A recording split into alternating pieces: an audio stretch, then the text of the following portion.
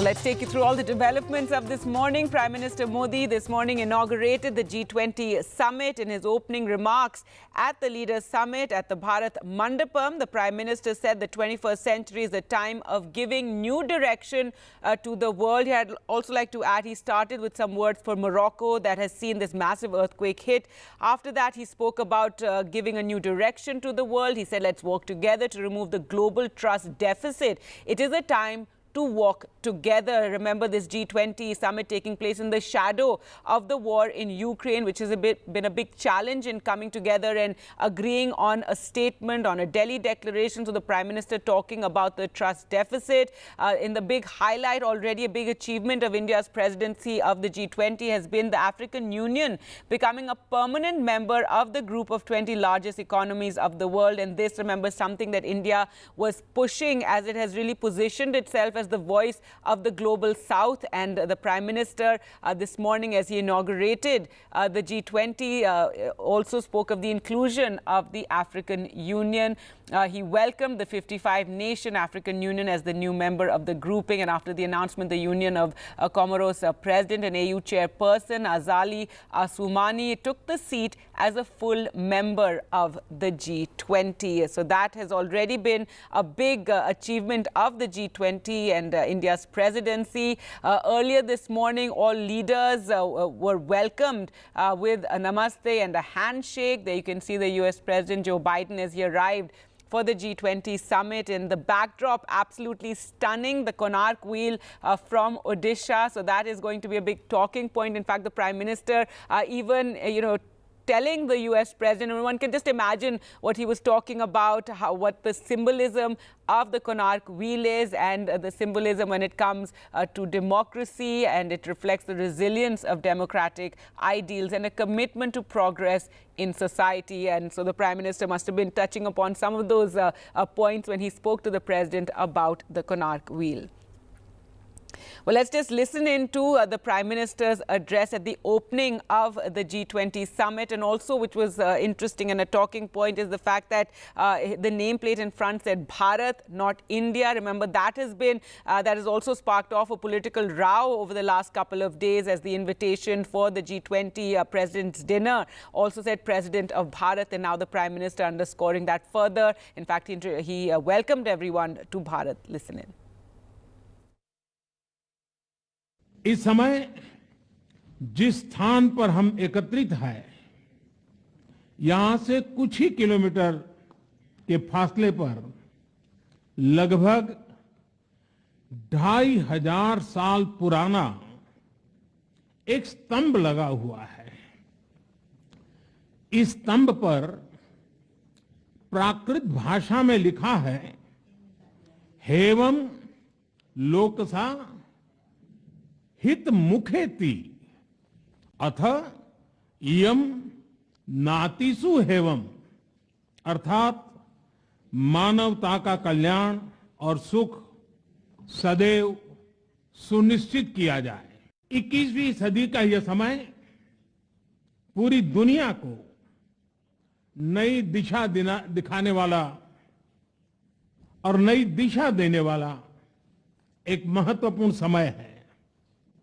ये वो समय है जब बरसों पुरानी चुनौतियां हमसे नए समाधान मांग रही हैं, और इसलिए हमें ह्यूमन सेंट्रिक अप्रोच के साथ अपने हर दायित्व को निभाते हुए ही आगे बढ़ना है। फ्रेंड्स, कोविड-19 के बाद विश्व में एक बहुत बड़ा संकट विश्वास के अभाव का आया है। युद्ध ने इस ट्रस्ट डेफिसिट को और गहरा किया है। जब हम कोविड को हरा सकते हैं, तो हम आपसी विश्वास पर आए इस संकट पर भी विजय प्राप्त कर सकते हैं। आज G20 के प्रेसिडेंट के तौर पर भारत पूरी दुनिया का आह्वान करता है कि हम मिलकर सबसे पहले इस ग्लोबल ट्रस्ट डेफिसिट को एक विश्वास, एक भरोसे में बदले।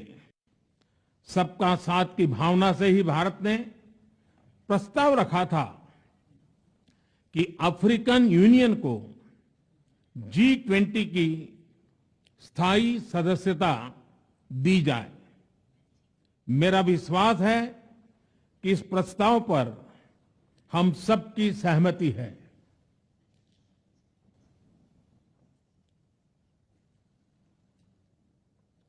आप सबकी सहमति से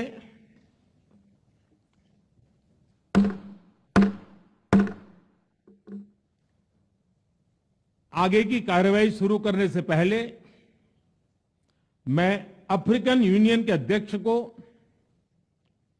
G20 के स्थायी सदस्य के रूप में अपना स्थान ग्रहण करने के लिए आमंत्रित करता हूं।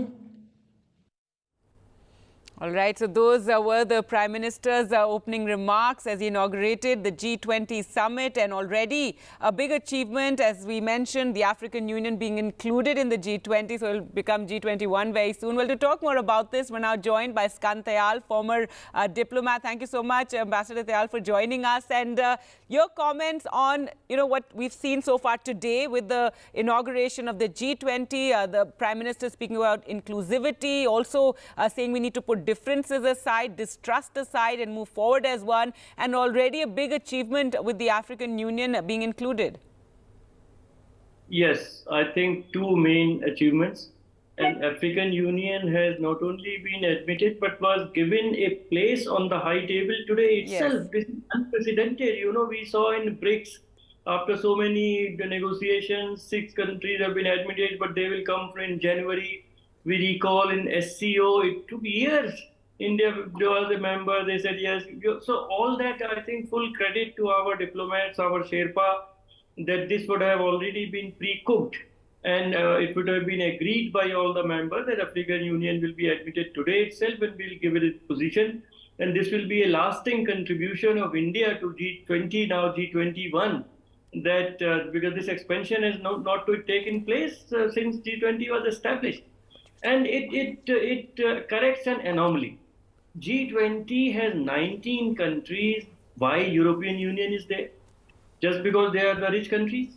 So now, when Prime Minister talks about inclusive growth, when he talks about human-centric approach, the people of Africa need to be included in any discussion about the growth, about economy, about financial issues of global level. And only South Africa is a member at present of G20 from African continent. So it's a great achievement. Absolutely, credit should go to India under Prime Minister Modi's leadership. One. Second, the point he made very clearly in his public statement, that there is Vishwas ka abhav, trust deficit.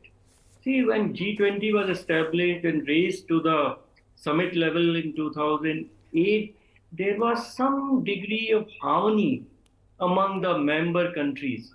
There were political differences, there were strategic rivalries, but there was some good dialogue, discussion, diplomacy. But because of COVID, when the supply chains were very clearly disrupted, and some countries took a very nationalistic kind of stand, even saving and securing only vaccines only for themselves and not sharing with the outside world, and similarly other equipment, health equipment, etc. And as Prime Minister mentioned, after the Yudh, after the war, he did not use the term Ukraine very politically very wise. I mean, but so now there is no harmony in the group of 20. There are problems between India and China. There are problems between US and China. There are problems between West and China. There are problems between West and Russia, and dialogue is getting difficult. So he's trying to alert the world and the leaders that let us try to bridge this trust deficit so that together one can meet the challenges. He says there are old challenges but which have to be fought now with new Maybe solutions. new solutions to it, yes. New solutions have to be found because the old solutions have not worked. And so I think it's a very good, the stage has been set for a very good dialogue, a very good interaction. And we hope to see a very positive outcome. Our Sherpa Amitabh Khan talked about 50 deliverables and almost 35 actionable points, because we have seen some of these declarations of G20 and even other organizations like BRICS and SCO. They are aspirational documents which do not have anything, numbers or targets that something will be done in such a frame of time, and they are forgotten the day after they are adopted. I hope that the way our government functions, the way Prime Minister Modi functions, that there must be some action, not just words.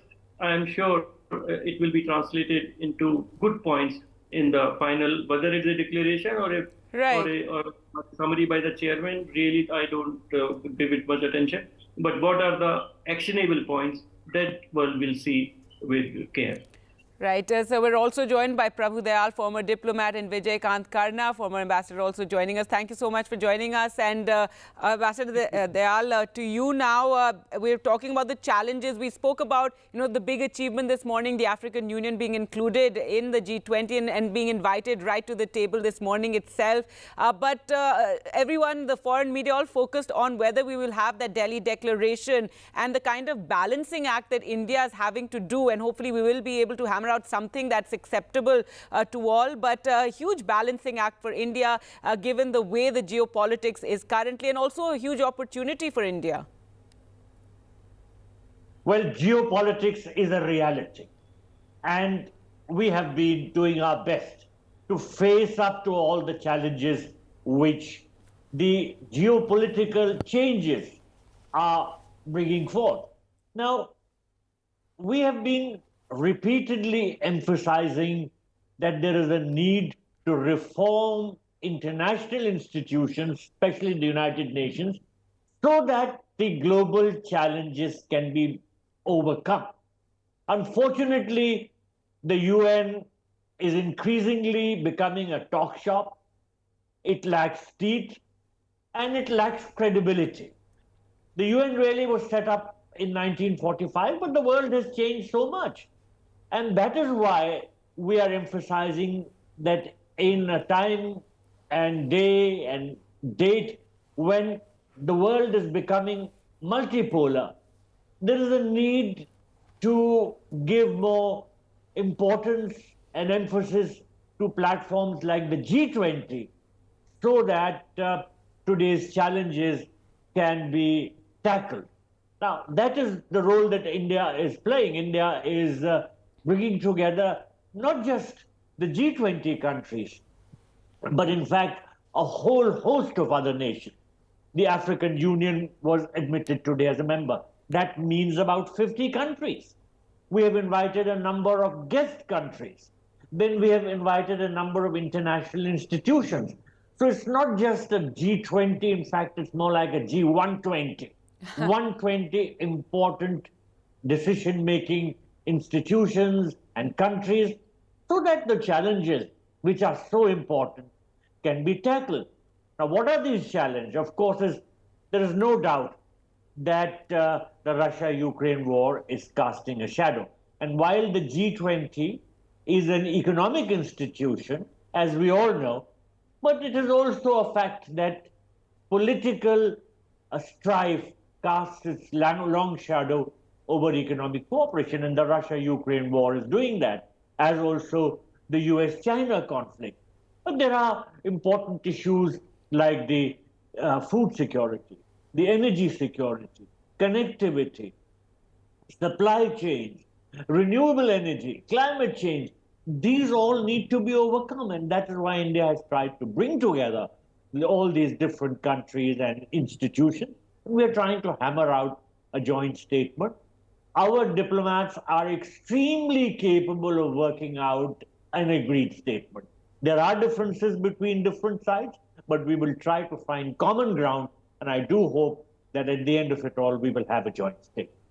Right, might require a bit of, jugglery and acrobatics in terms of the framing and the language and the semantics of it. Ambassador Karna, if we, Delhi Declaration aside and the African Union being included, but it's already, there have been so many achievements as far as the G20 presidency goes. India's had this absolutely fantastic opportunity to really display and our big pride. Our digital infrastructure is something that has, been commented on and will be helping other countries as well. Yesterday with Bangladesh also signing an MOU on digital, our help to them digitally. So all this has already been something, and it's been a great opportunity for India to showcase so many of our achievements as well as push the Western countries for to give help to the global South and other developing nations. Thank you. Actually, what I see that the India has proved its leadership in making it G20 as a G21 today as a inclusive. First thing that one. And this is a far more departure that Africa was left out for such a long time. In 16, 17 years of time, Africa was not included. And it has been proved by the Indian Prime Minister and the government of India, Indian diplomats, that they have been working for the inclusive in different sectors. First thing, I would like to congratulate Indian people and the region as a whole, as I belongs to Nepal. And from Nepal, what I have seen that there are 3-4 major achievements, which is not actually contradictory or any opposition, that the digital technology for data use for health, and it's a unique opportunities, ability to work with a diverse set of international actors.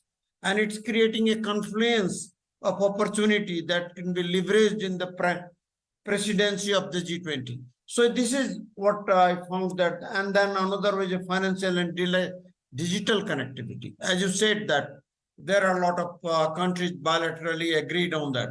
So these are, because this cross-border payment is a bigger problem of its inefficiencies of the payment.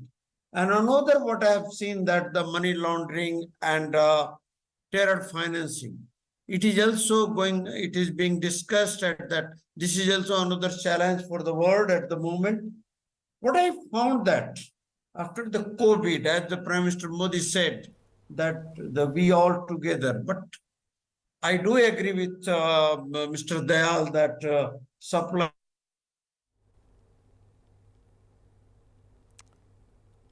All right, we seem to have a problem there. But Ambassador Kanteal, coming back to you, if we can just, also talk about India's achievement so far, as we've been, pointing out, and the bilaterals, that's been another. And yes, every G20, you do have bilaterals as all the countries come together. But it's been quite something. Yesterday, we began with the Mauritius and Bangladesh, and then with the U.S. president. That is a relationship that's been, just growing over these last couple of months. 3 months ago, you had the Prime Minister being feted in the U.S., and now the U.S. president right here. And both countries really need one another. The U.S. needing India at this time when the hostilities with Russia and with China, and India using this opportunity, a China slowdown also being talked about, and as an opportunity to really push themselves on the world stage.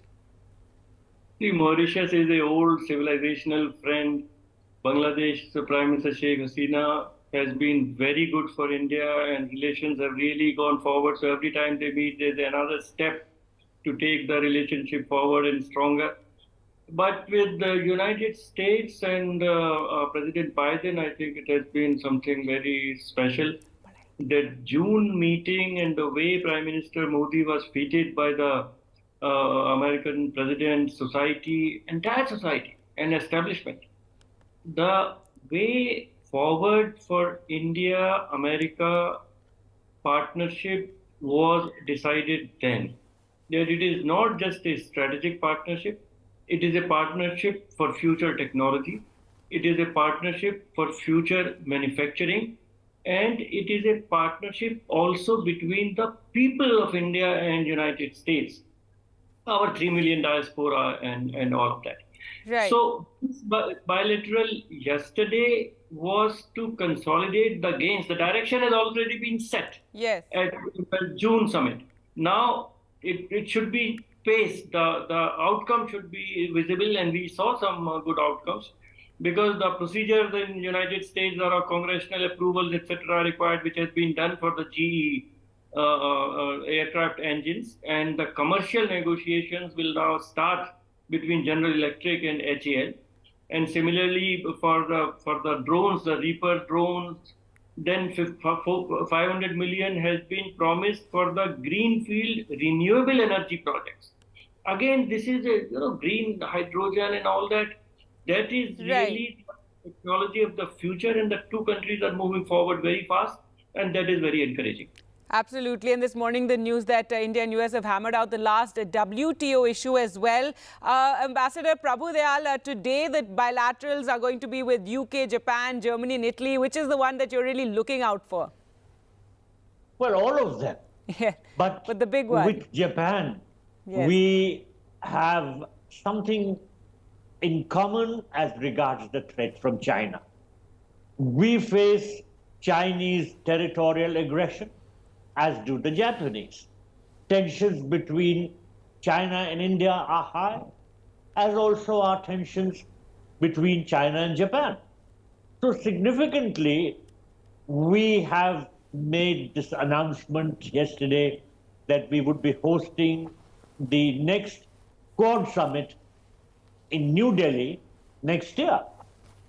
This is significant because of the fact that we place a lot of emphasis on maintaining supply lines and ensuring that the Indo-Pacific region remains peaceful and free of turmoil. Now, the Indo-Pacific region is being disturbed because of Chinese expansionism. And by emphasizing the importance of the Quad between the meetings with President Biden and Prime Minister Modi, and Prime Minister Modi then announcing that the next Quad Summit would be held next year, I think the message goes across to the Chinese. Now, we are all discussing from time to time why Xi Jinping did not attend the summit. Well, Xi Jinping would have felt like an odd man out. President Putin, in any case, had said he is not coming. Now, Prime Minister Modi's global stature today is much, much higher than that of Xi Jinping. Why do I say so? Because Chinese policies have ended up in entrapping a whole host of countries in debt, while India is trying its level best to seek debt restructuring and helping countries of the global south to once again stand on their feet as far as financial structures are concerned. So while on the one hand, India is emerging as a friend of the global south and as a voice of the global south, China comes across as the oppressor of the global south. So I was not surprised that Xi Jinping stayed away, because he would have been astounded by the magnificence of what we have put up for the G20, the Bharat Mandapam. And in addition, he would have been totally surprised and taken aback by the sort of popularity which Prime Minister Modi enjoys in the global fraternity. All right. So while it's a huge challenge, balancing all this for India, but a huge opportunity as well. I'm completely out of time. Thank you so much all for joining us on the program. Our continuous coverage of the G20, 60 hours of continuous coverage, and we'll continue to bring you the highlights. We'll slip into a short break and get you more on the other side. Do stay with us.